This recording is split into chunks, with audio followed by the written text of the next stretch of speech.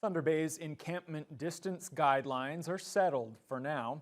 After months of work on the file, the last outstanding question on the guidelines was resolved at last night's council meeting. Lee Noonan was at that meeting and she joins us now live. Lee. Thank you, Ryan. Council has decided to keep the encampment guidelines as is, but the issue of homelessness in the city is far from resolved.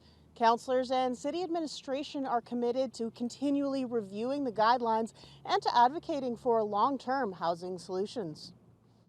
Our assessment is that the observations and concerns from the community can be addressed with the guidelines as they are currently designed. City Council ratified its encampment guidelines last month, but tasked administration with looking into a possible amendment, increasing the minimum distances from trails, sidewalks, parking lots, and bridges from 5 meters to 10.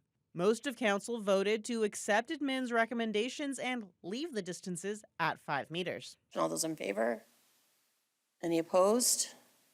Councillor Trevor Gertuga has previously argued against the city's human rights-based approach to homelessness.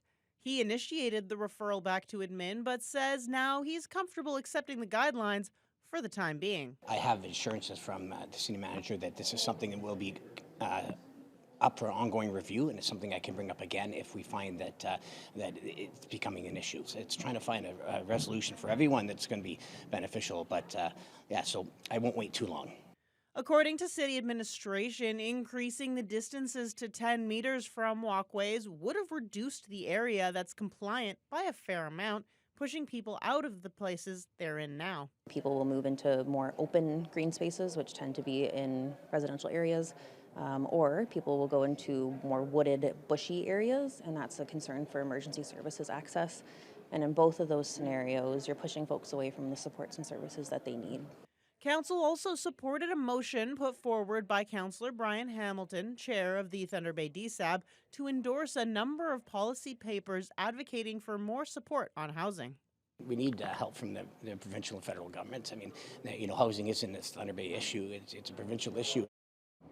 The DSAB policy papers address a number of issues, including funding for affordable and supportive housing, a lack of clarity on funding formulas and social assistance modernization, and long wait times for landlord-tenant board hearings.